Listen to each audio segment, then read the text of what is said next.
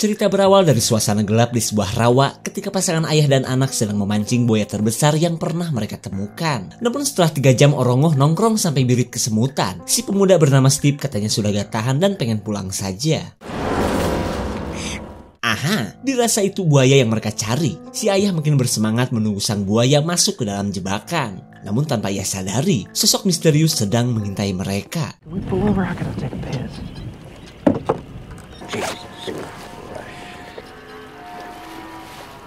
Just keep it down, would you? See that? Nothing. Serangan si buaya terbesar membuat si kompol jadi mancawura kemana-mana. Sementara si ayah kesal karena kelakuan anaknya, buruan mereka kini kabur entah kemana. Lalu ia membawa anaknya ke sebuah daratan untuk melanjutkan proses ngompol yang sempat terganggu. Y'all hurry up now. Weir's got a squat to take a leak.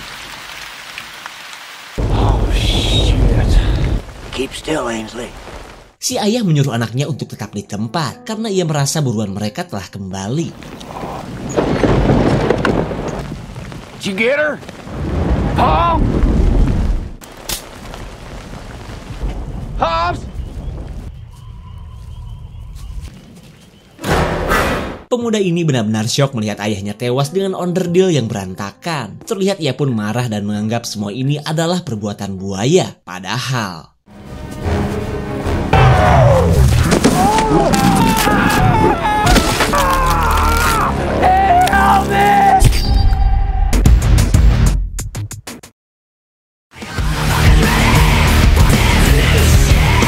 Beberapa hari berlalu kita keluar dari rawa untuk menyaksikan sebuah perayaan yang berada di kota New Orleans. Meriah kan? Apalagi perayaan ini dipenuhi para turis dan ciwi-ciwi haredang yang doyan pamer tembolok. Saat perayaan masih berlangsung, sekelompok turis dari LA berniat untuk kembali ke hotel. Terlebih si jangkung bernama Ben katanya sudah muak melihat nenek Rayud yang seliweran. Lalu ketika yang lain masih ingin mengikuti perayaan, Ben mengajak si tampon Markus untuk mencari keseruan lainnya. Karena yang ia dengar, di daerah ini ada sebuah tur rawa hantu yang sepertinya bakal seru daripada cuma jingkrak-jingkrak gak jelas seperti tadi. You don't have to come with me. Ben, wait up. Nice, man.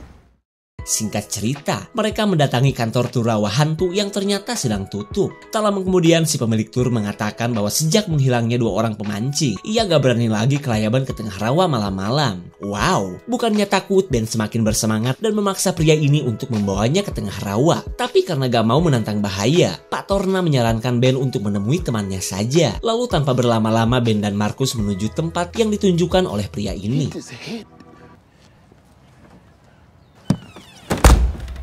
It's dead as hell down there, right? I get it. Come on, man.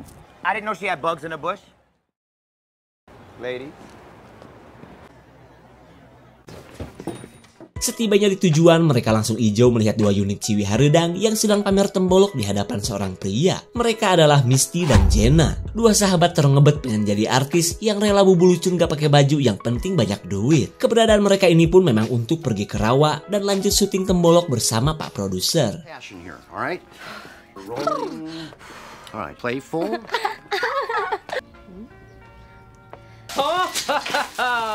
Teman Pak Torna akhirnya datang dan langsung mengatakan jika dirinya adalah pemilik tur rawa berhantu. Bahkan pria bernama Shaun ini gercep meminta bayaran karena saat ini juga mereka akan menuju rawa. You spot me? Yes. Hello. You mind if I sit here? Semesta seolah mendukung Markus yang bisa duduk berdua bersama Jenna. Begitupun dengan Ben. Ia duduk bersebelahan dengan seorang wanita yang bernama Mary. Cuma bedanya Mary seolah sedang bersedih. Bahkan ia terlihat gak peduli ketika Ben ngocoblak ngajak ngobrol kepadanya. It's Mary and it's... Kasian banget lu, Ben. So do you have any pets or...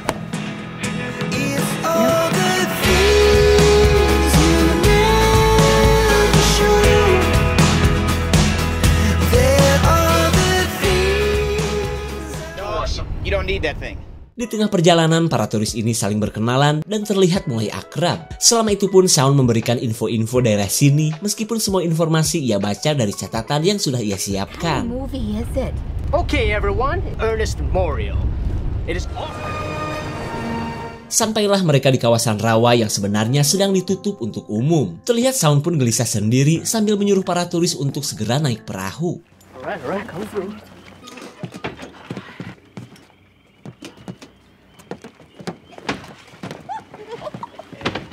All right, here we go. Seorang warga menyuruh mereka untuk segera pergi karena rawa ini menurutnya benar-benar berhantu. Tapi karena jarak mereka yang cukup jauh, para turis tidak mendengar larangan si pria tua. Kemudian Shaun berkata bahwa pria itu adalah orang gila, bahkan hobi nyeruput si komponya sendiri. Victor Crowley! What? Okay. This swamp is fire! Y'all gonna die. Remember, you don't need to keep all something you don't see every day, but I do. Selama perjalanan, Shaun menceritakan kisah-kisah horor di masa lalu yang ia tambahin dengan cerita fiktif versinya sendiri. Lalu tiba saatnya ia membawa para turis ke salah satu spot yang katanya selalu ada penampakan hantu. About as fun as a bag of dicks. What about your new girlie here, huh? That's a nice coat. That right there is a home of a real famous. Saat melewati sebuah gubuk, Shaun bercerita bahwa dulunya rumah ini adalah milik seorang manusia cacat bernama Victor Crowley, di mana pria penyendiri tersebut dikenal sebagai orang gila semenjak kehilangan ayahnya. Anyway, he died. Sambil mengingat dari catatan, Shaun menyebutkan bahwa sampai sekarang pun selalu terdengar tangisan Crowley yang memanggil-manggil nama ayahnya. That ain't the story. Mary adalah satu-satunya orang yang tidak percaya dengan cerita Shaun. Bahkan menurutnya gubuk yang tadi pun bukanlah rumah Victor Crowley. Shaun pura-pura emosi karena yang ia katakan adalah cerita yang sebenarnya. Kemudian ia mengganti topik dengan menyebut lokasi mereka sekarang adalah tempat roh Victor Crowley biasa muncul. Mereka pun katanya tinggal menunggu asap yang keluar dari permukaan rawa. For a second, hovering above the water over to the right. I don't see anything. Jim, look, Nah, bruh. Saat asap benar-benar muncul, Shaun heboh sendiri karena bacotannya benar-benar terbukti. Tapi menurut Paman Jim itu mah cuma uap dari rawa dan jelas bukanlah perkara goib. Gatel ih. That's a spot where Semua orang auto kaget melihat sosok misterius di balik semak-semak. Begitupun dengan Shaun. Tapi ia berusaha santuy dan menyebut bahwa yang tadi itu adalah salah satu penampakan hantu. Lalu dengan perasaan yang takut, Shaun melanjutkan petualangan ke lokasi yang lainnya. I ain't here to make friends. Tak disangka perahu yang mereka tumpangi nabrak dan terjebak di sebuah batu. Kemudian Shaun meminta bantuan kepada para penumpang untuk mengatasi masalah ini. here, help me push the boat off. Lengkap sudah nasib apes mereka di kawasan yang sudah pasti susah sinyal ini. Sementara Shaun masih sibuk mendorong perahu meskipun usahanya gak ngaruh sedikit pun.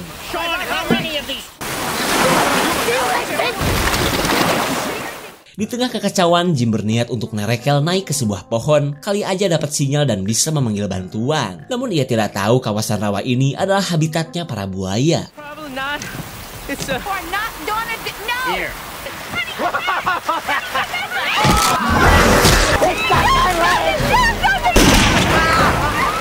Diam-diam Mary ternyata bawa pistol dan berhasil menghabisi sang buaya. Lalu ia menyuruh mereka untuk segera pergi sebelum komplotan buaya mencium aroma darah Jim. Don't worry. Come on. Come on, stand up. Misty, whoop. Akibat di Soledad, Mitzi dan Pak Produser akhirnya guyang mandi lumpur. Kepanikan mereka pun tentu saja mengundang kedatangan kadal purba yang sedang kelaparan.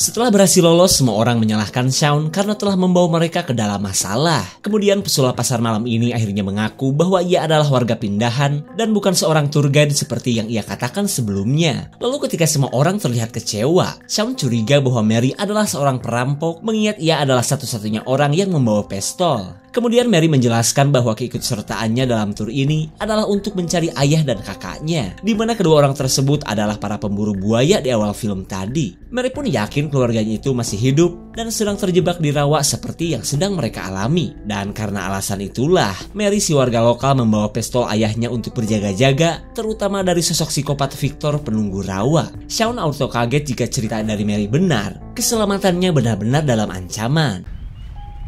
Kemudian kita mundur ke masa lalu, ketika Victor Crowley yang terlahir cacat menjalani hari-hari bersama ayahnya. Selama itu pun ayahnya merawat Victor sendirian, sepeninggal istrinya yang tewas pas ngebrojolin Victor. Hari-hari Victor kecil penuh dengan penderitaan, terutama akan kondisi tubuhnya yang jadi bahan bulian para bocil seumurannya. Hingga ketika malam Halloween tiba, Victor yang sendirian di rumah kembali menjadi sasaran kenakalan para bocah dajal. Victor cuma bisa aduk-adukan panik karena pintu dan jendela biasa dikunci oleh ayahnya. Tapi tak lama kemudian si ayah datang dan langsung menjebol pintu menggunakan kampak. Tapi sayang, perjuangan si ayah malah membuat kampak nyocol di jidat anaknya sampai tewas seketika. Setelah kematian Victor, hari-hari si ayah semakin penuh dengan kesedihan, terutama akan rasa bersalah terhadap kematian anaknya. Hingga 10 tahun berlalu, si ayah akhirnya tutup usia dalam kesedihan. Dan sejak saat itulah, Rawa dianggap berhantu akibat banyak orang yang menghilang secara misterius. Ben dan yang lain tidak mengerti lah masa iya Victor bangkit dari kematian dan menebar teror seperti perkataan Mary. Namun Mary memaksa mereka untuk percaya. Begitupun dengan bekas rumah psikopat Victor yang tak jauh dari lokasi mereka. Moon's over Miami, yo. Really starting to freak me out, alright? Oh yeah, I sink the boat every night. There's gotta be a road around here or something. Mereka yang mulai ketakutan sudah gak tahan lagi ingin menjauh dari rumah psikopat Victor. Tapi menurut Mary tidak ada jalan lain kecuali melewati rumah serem ini. I'm right here, Jim. Stay close to me. I cannot believe that I am out here.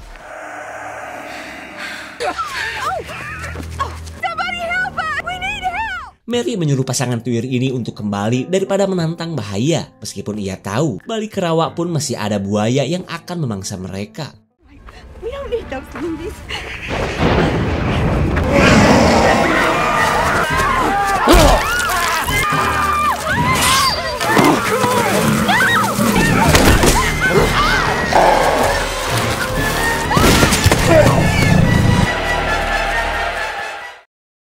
Mary berhasil melumpuhkan psikopat yang telah membunuh Jim beserta istrinya. Lalu ia menceritakan apa yang baru saja ia saksikan, terutama psikopat Victor yang berhasil ia habisi. Ben heran dong, lah masa ia jadi bisa tewas gara-gara ditembak. Lalu ia kepikiran kepada Marcus yang dari tadi tidak kelihatan. Bullshit, man. This is fucked up. Do you see a road, lights, anything? Marcus mengatakan bahwa sejauh mata memandang, ia tidak melihat apa-apa selain suasana kota yang jauh dari lokasi mereka. Akan tetapi ia merasa yakin jika melewati rumah psikopat, mereka bakal menemukan jalan keluar. Lalu di tengah kepanikan, Jenna baru sadar jika ia belum melihat pak produser yang bernama Dog.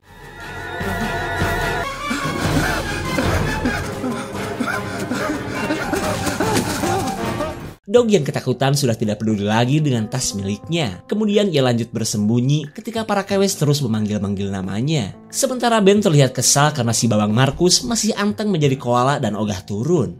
We'll send someone for you tomorrow. Let's go. I'm supposed to be here right now, man. Ah! Holy shit. Tak disangka Dog malah bertemu psikopat Victor yang langsung memeras tulang lehernya sampai meninggoy. Maybe he's not a ghost. Maybe, Yeah, and now he's dead because she shot him. who says it's not some spoiled? Selang beberapa saat, Mary dan yang lain masih mencari jalan keluar dari dalam rawa. Tak lama kemudian, Jenna menemukan tas milik Dog yang tergeletak begitu saja. Lalu dari dalam tas tersebut mereka menemukan fakta bahwa Dog adalah seorang penipu yang memakai nama orang agar dianggap sebagai produser. Terlihat para kewes pun kecewa karena telah bekerja sama dengan Dog yang tak lebih dari seorang predator bibir berdiri. Lalu setelah semuanya terungkap, mereka melanjutkan perjalanan untuk mencari jalan keluar dari kawasan rawa.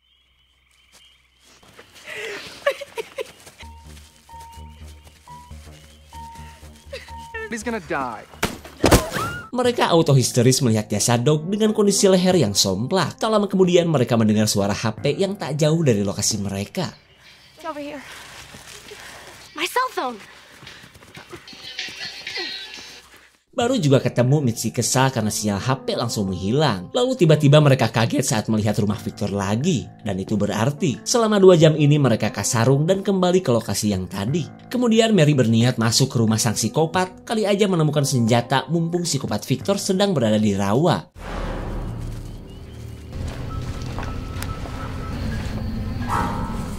Setibanya di rumah psikopat, Ben dan Mary mencium aroma bangkai yang menyengat, di mana semua itu berasal dari banyaknya bangkai binatang yang sepertinya adalah makanan psikopat Victor.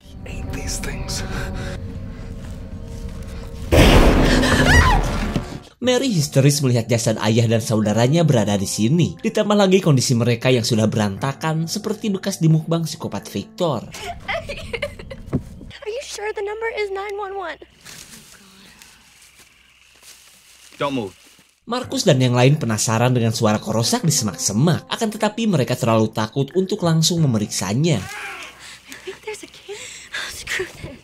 Mitzi merasa yakin jika suara itu berasal dari salah satu korban psikopat. Padahal itu adalah pasangan careh yang sedang kawin. Kemudian Markus berusaha keren di hadapan para kewes dengan memastikan suara apa itu yang sebenarnya. Oh shit! No! Hey. All right. Hey, baby.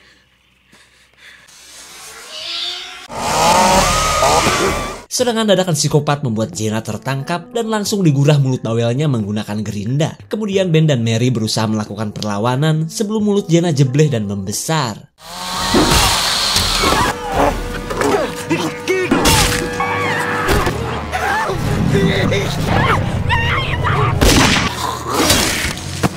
Perlawanan Shaun berakhir tragis setelah ceker dan tangkuraknya terlepas dihantam sekop. Lalu kini giliran Jenna yang sudah dower yang akan dikirim psikopat Victor ke alam baka.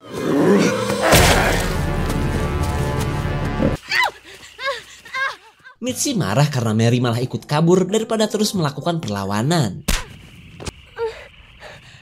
Mary jelas marah karena perlawanan yang ia lakukan sebenarnya cuma buang-buang peluru. Kemudian Ben mengajak mereka nyari aman dengan meninggalkan rumah sang psikopat sejauh mungkin. Akan tetapi katanya Markus bingung harus ke arah mana lagi mereka berlari.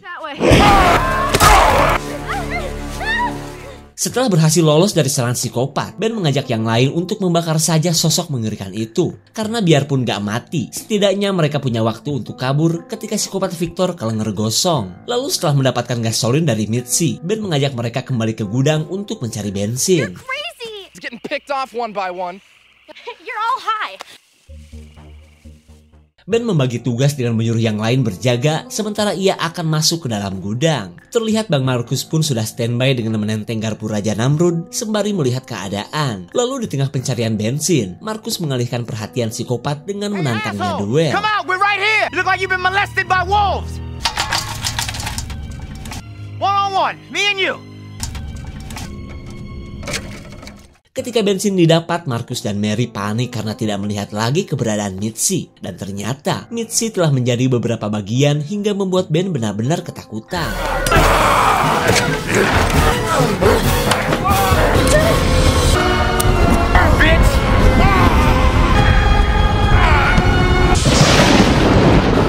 Hujan yang turun seolah menjadi petaka karena api yang menggulung psikopat akhirnya padam. Lalu mereka bergegas kabur selagi psikopat yang gosong masih terkulai gak berdaya.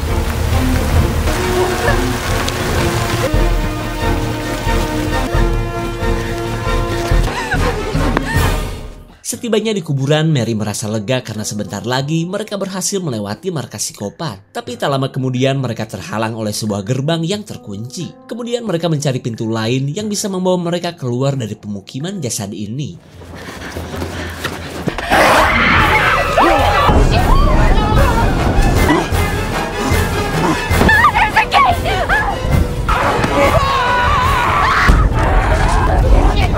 Bring me down!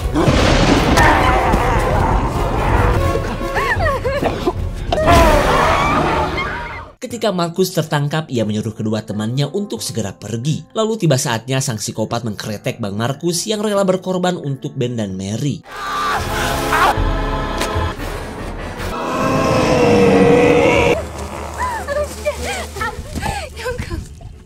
Ben masih gak percaya telah kehilangan teman masa SD-nya dulu. Kemudian Mary memaksanya untuk terus berlari sebelum psikopat Victor kembali menangkap mereka.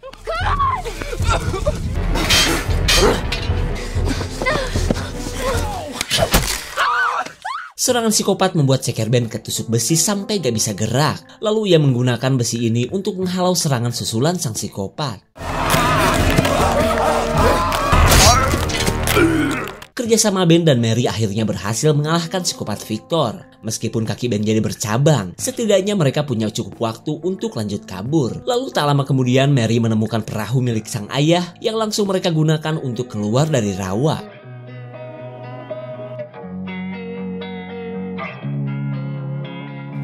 Losing time, I'm fading fast. I just wanna make it last. Try to let go of the past. I close my eyes, embrace the blast. Sleepless nights and headaches stack. Restlessness to hell and back. Ben terlihat bingung karena harus dengan cara apa ia menyelamatkan Mary. Sementara Mary terus berjuang ke permukaan saat salah satu kakinya nyangkut ke akar tanaman.